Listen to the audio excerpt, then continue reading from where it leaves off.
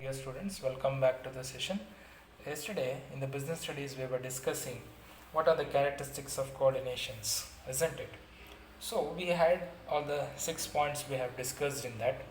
So next particular changes which we are going to see in the coordination is importance. Why it is most necessary, what is the most important thing. Okay, so in that case if you see importance of coordinations, so here we have the particular point in the importance of coordination stating that growth in size. This is the first one. Okay, as the organization grows in size, that means bigger, as the organization becomes bigger, okay, the number of people employed by the organization also increases. That is fact and true also. So ಯಾವಾಗ ಒಂದು factory ಅಥವಾ ಒಂದು industry ದೊಡ್ಡ ಪ್ರಮಾಣದಲ್ಲಿ ಅದು ಬೆಳವಣಿಗೆ ಆಗ್ತಾ ಹೋಗುತ್ತೋ, ಅದೇ ಥರ ಅಂಥ ಫ್ಯಾಕ್ಟ್ರಿಗಳಲ್ಲಿ ಅಂಥ ಇಂಡಸ್ಟ್ರಿಗಳಲ್ಲಿ ಜನಸಂಖ್ಯೆ ಕೂಡ ಜಾಸ್ತಿ ಆಗ್ತಾ ಹೋಗುತ್ತೆ. ಯಾವ ಜನಸಂಖ್ಯೆ? ಈ ಒಂದು ವರ್ಕರ್ಸಿನ ಜನಸಂಖ್ಯೆ, ಈ ಒಂದು ಎಂಪ್ಲಾಯ್ಸಿನ ಜನಸಂಖ್ಯೆ, ಈ ಒಂದು ಉದ್ಯೋಗಿಗಳ ಜನಸಂಖ್ಯೆ ಜಾಸ್ತಿ ಆಗ್ತಾ ಹೋಗುತ್ತೆ. Okay, at times it becomes difficult to integrate their efforts and activities. ಸ್ವಲ್ಪ ಸಮಯಗಳಲ್ಲಿ ಅದು ತುಂಬ ಕಷ್ಟವೂ ಆಗ್ತದೆ. ಹೌದು, ಎಲ್ಲರನ್ನೂ ಒಗ್ಗೂಡಿಸಿ ಕೆಲಸ ಮಾಡಿಸೋದು ಸ್ವಲ್ಪ ಕಷ್ಟ ಆಗ್ತದೆ. ಯಾಕೆ? ಜನಸಂಖ್ಯೆ ಜಾಸ್ತಿ ಆಯಿತು ಮತ್ತು ಕಂಪನಿ ಕೂಡ ದೊಡ್ಡದಾಗಿ ಬೆಳೆದಿದೆ, ಬೃಹತ್ತಾಕಾರದಲ್ಲಿ ಕಂಪನಿ ಬೆಳೆದಿದೆ. ಹಾಗಾಗಿ okay, so as organisation grow in size, the number of people employed okay by the organisation also increases. That is true. At times it becomes very difficult since the organization employees have been more in number. So integrating them and making the efforts more effective, it becomes little bit difficult. So all individuals differ. ಯಾಕೆ ಇದಂಗಾಗುತ್ತೆ ಅಂದರೆ all individuals differ in their habits, background, approaches for the situation and relationships. ಒಬ್ರಿಗಿಂತ ಒಬ್ಬರು ಮಿಗಿಲಾಗಿರ್ತಾರೆ, ಒಬ್ರಿಗಿಂತ ಒಬ್ಬರು ಬೇರೆ ಥರ ಇರ್ತಾರೆ. ಅವರವರ ಮೆಂಟ್ಯಾಲಿಟಿಗಳೇ ಬೇರೆ ಇರುತ್ತೆ, ಅವರವರ ಅಪ್ರೋಚೇ ಬೇರೆ ಇರುತ್ತೆ. ಅಂದರೆ ಅವರವರ ಕೆಲಸಕ್ಕೆ ಬರೋ ರೀತಿಗಳೇ ಬೇರೆ ಥರ ಇರ್ತದೆ. ಸೊ ಹಾಗಾಗಿ ಒಬ್ಬೊಬ್ರದ್ದು ಒಂದೊಂದು ಹ್ಯಾಬಿಟ್ ಇರೋದ್ರಿಂದ ಸ್ವಲ್ಪ ಕಷ್ಟಕರ ಆಗ್ತದೆ ಎಲ್ಲರನ್ನು ಒಗ್ಗೂಡಿಸಿ ಕೆಲಸ ತಗೊಳ್ಳೋದು. Okay, it becomes necessary. ಆದರೆ ಮಾಡಲೇಬೇಕಾಗದಂಥ ಪರಿಸ್ಥಿತಿ ಬಂದಿರುತ್ತೆ. It become necessary to ensure that all individuals work together for the what is that common goal in the organization. ಆದರೆ ಅದು 1000 ಜನ ಇದ್ದಾಗಲೂ ಅಷ್ಟೇ, 5000 ಜನ ಆದರೂ ಅಷ್ಟೇ, ಎಲ್ಲರದ್ದು ಉದ್ದೇಶ ಒಂದೇ. ಏನು? ಏನಾದರೂ ಒಂದು ಮಾಡಬೇಕು ಅಂತ ಅದು ಒಂದು ಉದ್ದೇಶ ಇಟ್ಕೊಂಡು ಬಂದಿರ್ತಾರೆ. ಆದರೆ ಅವರನ್ನೆಲ್ಲ ಒಗ್ಗೂಡಿಸಿ ಒಂದೇ ಸ್ಥಿಮಿತದಲ್ಲಿ ಅವ್ರ ಹತ್ರ ಕೆಲಸನ ತಗೊಳ್ಬೇಕು ಅಂದರೆ ಒಬ್ಬ ಮ್ಯಾನೇಜರು ತುಂಬ ಎಫೆಕ್ಟಿವ್ ಆಗಿರಬೇಕಾಗ್ತದೆ. ಹಾಗಾದರೆ ಅವನ ಕೋಆರ್ಡಿನೇಷನ್ ಬಹಳ ಇಂಪಾರ್ಟೆಂಟ್ ಇಲ್ಲಿ. Understood? So but employees may have their own individuals goals also, isn't it? ಒಬ್ಬೊಬ್ಬರಿಗೆ ಒಂದೊಂದು ಸಂಪಾದನೆ ಜಾಸ್ತಿ ಮಾಡಿಕೊಂಡು ಇನ್ನೇನೋ ಮಾಡ್ಕೋಬೇಕು, ಮನೆ ಕಟ್ಕೋಬೇಕು, ಸೈಟ್ ತೊಗೋಬೇಕು, ಈ ಥರ ಏನೇನೋ ಇರುತ್ತೆ, ಹಲವಾರು ಆಸೆಗಳು. ಸೊ ಇದನ್ನೆಲ್ಲ ಒಂದು ಒಗ್ಗೂಡಿಸಿ ಒಬ್ಬ ಮ್ಯಾನೇಜರ್ ಆಗಿರ್ತಕ್ಕಂಥವನು ಎಲ್ಲರ ಒಂದು ಗಮನವನ್ನು ಹೆಚ್ಚಿನ ರೀತಿಯಾಗಿ ಪ್ರೊಡಕ್ಷನ್ ಮಾಡುವ ಕಡೆಗೆ ಸೆಳೆದಾಗ ಆ ಒಂದು ಕಂಪನಿ ಎಫೆಕ್ಟಿವ್ ಆಗಿ ಆಚೆ ಬರುತ್ತೆ. ದೇರ್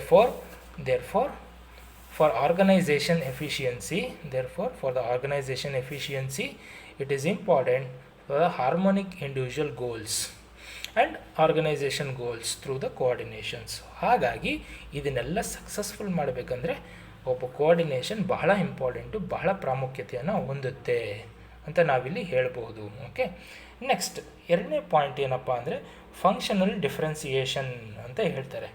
ಏನಿದು? See, functionals of differentiation are divided into departments, isn't it?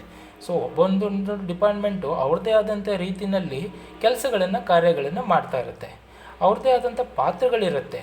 So ಹಾಗಿದ್ಮೇಲೆ functions of organisations are divided into departments, divisions and sections. In an organizations there may be separate departments of finance, production, marketing or HR department. So ಅವ್ರದ್ದೇ ಆದಂಥ ಒಂದು ಪ್ರೊಸೀಜರ್ಗಳಲ್ಲಿ ಕೆಲಸಗಳನ್ನು ಮಾಡ್ತಾ ಹೋಗ್ತಾರೆ. Production ಡಿಪಾರ್ಟ್ಮೆಂಟ್ನವರು production ಮಾಡ್ತಾರೆ, marketing ಡಿಪಾರ್ಟ್ಮೆಂಟ್ನವರು marketing ಮಾಡ್ತಾರೆ ಪ್ರಾಡಕ್ಟ್ಸ್ಗಳನ್ನು, human resource ಡಿಪಾರ್ಟ್ಮೆಂಟ್ನವರು ಎಂಪ್ಲಾಯೀಸ್ಗಳನ್ನು select ಮಾಡ್ಕೊಳ್ತಾರೆ ಕೆಲಸಕ್ಕೆ. ಸೊ ಹೀಗೆ ಅವ್ರದ್ದೇ ಆದಂಥ ಒಂದು ಫಂಕ್ಷನಾಲಿಟಿನಲ್ಲಿ ಕೆಲಸ ಮಾಡ್ತಾ ಇರ್ತಾರೆ. ಆದರೆ all these departments have their own objectives and policies as their own style. ಈಗ ತಾನೇ ನಾನು ಹೇಳ್ದಂಗೆ ಅವ್ರದ್ದೇ ಆದಂಥ ರೀತಿಗಳಲ್ಲಿ ಅವರು ಕೆಲಸಗಳನ್ನು ವಹಿಸ್ಕೊಟ್ಟಿರ್ತಕ್ಕಂಥ ಕಾರ್ಯಗಳನ್ನು ಸರಿಯಾದ ಪ್ರಮಾಣದಲ್ಲಿ ಮಾಡ್ತಾ ಹೋಗ್ತಾರೆ. ಸೊ ಹೀಗೆ ಮಾಡುವಾಗ ಅದು ತುಂಬ ಎಫೆಕ್ಟಿವ್ ಆಗಿರುತ್ತೆ. ಓಕೆ, ಅವ್ರಿಗಿಂತ ಇನ್ನೊಬ್ಬರು ವಿಭಿನ್ನವಾಗಿ ಕೆಲಸ ಮಾಡ್ತಾ ಇರ್ತಾರೆ. ಸೊ ಇದ್ರದ್ದೊಂದು ಎಕ್ಸಾಂಪಲ್ನ ಇಲ್ಲಿ ಕೊಡ್ತಾರೆ. ಏನು ಎಕ್ಸಾಂಪಲು ನೋಡೋಣ. ಮಾರ್ಕೆಟಿಂಗ್ ಡಿಪಾರ್ಟ್ಮೆಂಟ್ ಅಂತ ತಗೊಂಡಾಗ objective has to increase the sales. ಒಂದು ಮಾರ್ಕೆಟಿಂಗ್ ಡಿಪಾರ್ಟ್ಮೆಂಟಿನ ಮುಖ್ಯ ಉದ್ದೇಶ ಏನಾಗಿರ್ತದೆ, ಅವರು ಸೇಲ್ಸನ್ನು 10% ಜಾಸ್ತಿ ಮಾಡಬೇಕು ಅಂತ ಒಂದು ಉದ್ದೇಶನ ಇಟ್ಟುಕೊಂಡು ಸೇಲ್ಸನ್ನು ಮಾಡ್ತಾ ಇರ್ತಾರೆ. ಹಾಗಾಗಿ ಹಾಗೆ ಮಾಡಬೇಕು ಅಂತ ಅಂದಾಗ increase in sales by 10% offering discount. 10% ಡಿಸ್ಕೌಂಟನ್ನು ಕೊಟ್ಟಾದರೂ ಸರಿ ಸೇಲ್ಸನ್ನು ಮಾಡಬೇಕು, ಹೆಚ್ಚಿನ ರೀತಿಯಲ್ಲಿ ಸೇಲ್ಸನ್ನು ಮಾಡಬೇಕು ಅನ್ನೋ ಒಂದು ಆಶಾಭಾವನೆಯನ್ನು ಹೊಂದಿರ್ತಾರೆ. Okay, but finance department may not approve of such discount as it means the loss for the revenue. Okay, so ಇದರಿಂದ ಏನಾಗ್ತದೆ, ಫೈನಾನ್ಸ್ ಡಿಪಾರ್ಟ್ಮೆಂಟ್ನವರು ಅವ್ರದ್ದೇ ಆದಂಥ ಉದ್ದೇಶಗಳನ್ನು ಇಟ್ಕೊಂಡಿರ್ತಾರೆ. ಕಂಪನಿಯ ಪ್ರಾಫಿಟ್ ಮತ್ತು ಲಾಸ್ ಬಗ್ಗೆ ಹೆಚ್ಚಿನ ಕಾಳಜಿಯನ್ನು ವಹಿಸಿರ್ತಾರೆ ಫೈನಾನ್ಸ್ ಡಿಪಾರ್ಟ್ಮೆಂಟ್ನವರು. ಅವರು ಏನು ಮಾಡ್ತಾರೆ, they are going to plan out. No, if you people are giving 10% off offers as a form of discount in the sales, then definitely we will not get our return on investments or the revenues which is going to be fetch from the products. It's not so easy, we are not going to get ಅಂತ ಹೇಳ್ತಾರೆ. ಯಾರು? Finance ಡಿಪಾರ್ಟ್ಮೆಂಟ್ನವರು marketing ಡಿಪಾರ್ಟ್ಮೆಂಟ್ಗೆ ಹೇಳ್ತಾರೆ. ಆಗ coordination ಬಹಳ important. ಇಲ್ಲಿ coordination ಇಲ್ಲದೇ ಇರುವ ಕಾರಣ ಈ ಒಂದು ಸಮಸ್ಯೆಗಳು ಉದ್ಭವ ಆಗ್ತದೆ. Okay, so coordination they have to take place in the market with the market two departments. Okay, ನಂತರದಲ್ಲಿ continuation part of that we have, what is that? Yes, see, these kind of conflict arises in organization because both the departments is performing activity in isolations ಅಂದರೆ ಏನು, ಅದರದೇ ಆದಂಥ ಸಿದ್ಧಾಂತಗಳಲ್ಲಿ ಆ ಒಂದು department function ಆಗ್ತಾ ಇರ್ತದೆ. ಮಾರ್ಕೆಟಿಂಗ್ನವ್ರದ್ದು ಅವ್ರದ್ದೇ ಒಂದು ಉದ್ದೇಶದಲ್ಲಿ ಆಗ್ತಾ ಇರ್ತದೆ. Okay, from others and barriers between the departments are becoming more rigid. So ಈ ರೀತಿಯಲ್ಲಿ ಏನಾದ್ರು ಬಿರುಕು ಜಾಸ್ತಿ ಆಗ್ತಾ ಹೋಗುತ್ತೆ, ಸಮಸ್ಯೆಗಳು ಸೃಷ್ಟಿ ಆಗ್ತಾ ಹೋಗುತ್ತೆ. ಹಾಗಾಗಿ however all departments and individuals are interdependent. ಹೀಗಿದ್ದಾಗ ತುಂಬ ಕಷ್ಟ ಆಗ್ತದೆ. ನಾವು ಒಂದು ಆರ್ಗನೈಸೇಷನ್ನ ಮುಖಾಂತರ ನೋಡೋದಾದರೆ ಪ್ರತಿಯೊಂದು ಡಿಪಾರ್ಟ್ಮೆಂಟಿನ ಪಾತ್ರ ಬಹಳ ಮುಖ್ಯ. ಹಾಗಾಗಿ every organisation has to be completely involved and interdependent together. So if it is involved and interdependent together, they have to go with the proper coordinations. Okay, so in that case all departments and individuals are interdependent. Okay, and they have to depend on each other. Okay, so finance ಇಲ್ಲದೆ marketing ಮಾಡಲಿಕ್ಕಾಗಲ್ಲ. ಮಾರ್ಕೆಟಿಂಗ್ನವ್ರು ಹೇಳ್ದೇ ಅಥವಾ ಅವರು ಇವ್ರಿಗೆ ತಿಳಿಸ್ದೇನೆ ನಾವು ಡಿಸ್ಕೌಂಟ್ಸ್ಗಳನ್ನು ಕೊಡಲಿಕ್ಕಾಗಲ್ಲ. So they have to be informed, informations reach ಆಗಬೇಕು. Okay, to perform certain activities. All these things also should take place. ಇದು ಎರಡನೆಯ ಒಂದು ಅಂಶ. ಓಕೆ, ಸೊ ಬೇರೆ ಬೇರೆ ಡಿಪಾರ್ಟ್ಮೆಂಟ್ ರೀತಿಯಲ್ಲಿ ಬಂದಾಗ ಕೋಆರ್ಡಿನೇಷನ್ಸು ಎಷ್ಟು ಇಂಪಾರ್ಟೆಂಟ್ ಆಗಿರುತ್ತೆ ಅನ್ನೋದು. Third one which is nothing but specialisations ಅಂತ ಕರಿತೀವಿ. So what is this? C, modern organisations are characterised by the high degree of specialisations. ಹೌದು, ಇವತ್ತಿನ ಎಲ್ಲ ರೀತಿಯಾದಂಥ ಒಂದು ಇಂಡಸ್ಟ್ರಿಗಳನ್ನು ತಗೊಂಡಾಗ ಮೀಡಿಯಮ್ ಸ್ಕೇಲ್ ಇರ್ಬೋದು, ಲಾರ್ಜ್ ಸ್ಕೇಲ್ ಇರ್ಬೋದು, ಅಥವಾ ತುಂಬ ವೆರಿ ಲಾರ್ಜ್ ಸ್ಕೇಲ್ ಇಂಡಸ್ಟ್ರೀಸ್ ಇರ್ಬೋದು, ಎಲ್ಲ ಮಾಡರ್ನೈಸ್ಡ್ ಟೆಕ್ನಿಕ್ಸ್ ಮತ್ತು ಟೆಕ್ನಾಲಜಿಗಳನ್ನು ಯೂಸ್ ಮಾಡ್ತಾ ಇದ್ದಾರೆ. ಹಾಗಾಗಿ ಅವ್ರದ್ದೇ ಆದಂಥ ಒಂದು ಟೆಕ್ನಾಲಜೀಸ್ಗಳಲ್ಲಿ ಸ್ಪೆಷಾಲಿಟಿಗಳನ್ನು ಹೊಂದಿರ್ತಾರೆ. So this specialisations arises out of complexities of modern technologies and the diversities of task to be performed.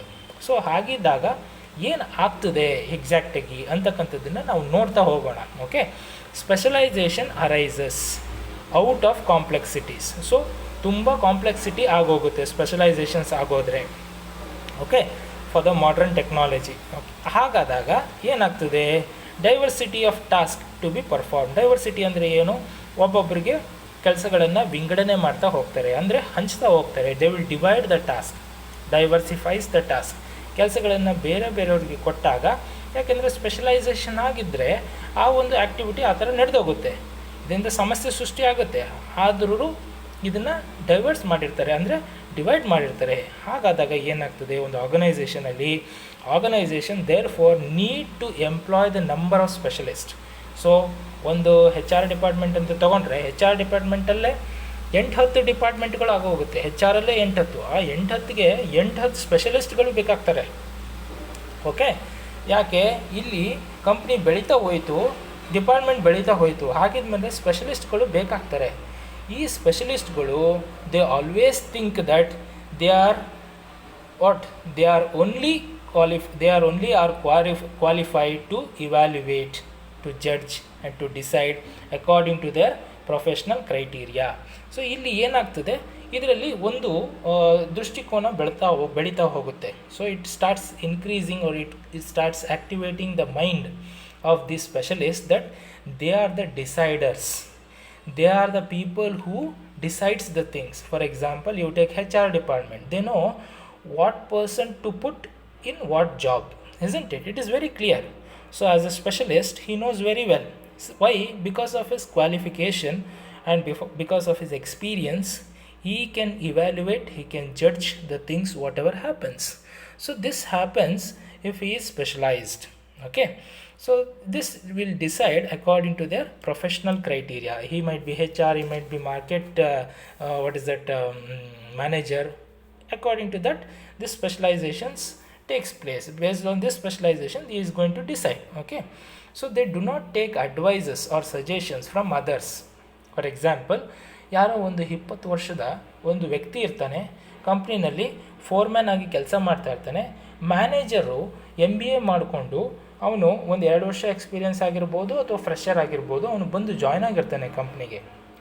ಆ 20 ವರ್ಷದ ಮ್ಯಾನೇಜರನ್ನ ಯಾವ ಮಾತುಗಳನ್ನು 20 ವರ್ಷ ಎಂಪ್ಲಾಯಿನ ಯಾವ ಮಾತುಗಳನ್ನು ಈ ಮನುಷ್ಯ ಬಂದಿರತಕ್ಕಂಥವನು ಮ್ಯಾನೇಜರು ಕೇಳಲಿಕ್ಕೆ ರೆಡಿ ಇರಲ್ಲ. ಯಾಕೆ, ಅವನೇ ಒಂದು ಕ್ವಾಲಿಟಿ ಆಫ್ ನಾಲೆಜನ್ನು ಹೊಂದಿದ್ದಾನೆ, ಯಾರು, ಈ ಮ್ಯಾನೇಜರ್ ಆಗಿ ಹೊಸದಾಗಿ ಬಂದಿರತಕ್ಕಂಥವನು. ಬಟ್ ಎಕ್ಸ್ಪೀರಿಯೆನ್ಸು ಕೂಡ ಅವನಿಗಿಂತ ಕಡಿಮೆ ಇದೆ, ಖಂಡಿತ, ಯಾರು ಒಬ್ಬ ಎಂಪ್ಲಾಯಿಗಿಂತ ಕಡಿಮೆ ಇದೆ. ಬಟ್ ಅವನು ಮಾತನ್ನು ಕೇಳಲಿಕ್ಕೆ ರೆಡಿ ಇಲ್ಲ. ಯಾಕೆ ಅಂದರೆ ಅವನಲ್ಲಿ ಅಷ್ಟು ಜ್ಞಾನ ಇಲ್ಲ, ಅವನು ಅಷ್ಟು ಕ್ವಾಲಿಫೈಡ್ ಅಲ್ಲ ಅಂತಕ್ಕಂಥ ಒಂದು ವ್ಯವಧಾನಕ್ಕೆ ಬಂದುಬಿಟ್ಟಿರ್ತಾರೆ. Okay, they will have that. Okay, they do not take any advice or suggestions from others, okay, in matters pertaining to their area of specializations. This often leads to the conflict among different specialists as well as others in the organizations. So ಇದರಿಂದ ಏನಾಗ್ತದೆ, ಆ ಡಿಪಾರ್ಟ್ಮೆಂಟಿಂದ ಇನ್ನೊಂದು ಡಿಪಾರ್ಟ್ಮೆಂಟಿಗೆ ನಾವು ತಗೊಂಡಾಗ ಒಬ್ಬರ ಸಲಹೆನ ಯಾವತ್ತೂ ಸ್ವೀಕಾರ ಮಾಡದೇ ಇದ್ದಾಗ ಒಂದು ಸ್ವಲ್ಪ ಜಗಳ ಅಥವಾ ಒಂದು ಸ್ವಲ್ಪ ಬಿರುಕು ಬಿಡ್ತಕ್ಕಂಥ ಸಾಮಾನ್ಯತೆಗಳು ಕಾಣಿಸ್ತಾ ಹೋಗ್ತದೆ ಕಂಪ್ನಿಗಳಲ್ಲಿ. ಇದರಲ್ಲಿ ನಾವೇನು ಹೇಳ್ತೀವಿ, ಕೋಆರ್ಡಿನೇಷನ್ಸ್ ಇಲ್ಲ, they are not coordinating. He is not ready to coordinate properly, he is not ready to listen. Okay, so certain things takes place. If he has heard whatever the things to be taken place, then the wrong things would have not happened in an organization. Certain things we have to observe here. Okay, therefore some coordinations is required by an independent person to reconcile the difference in approach and interest or opinions of the specialist. So that means they have to have the coordinations. Okay, coordinations tumba ಮುಖ್ಯವಾಗಿರ್ತದೆ. They have to reconcile the things and the differences in the approach.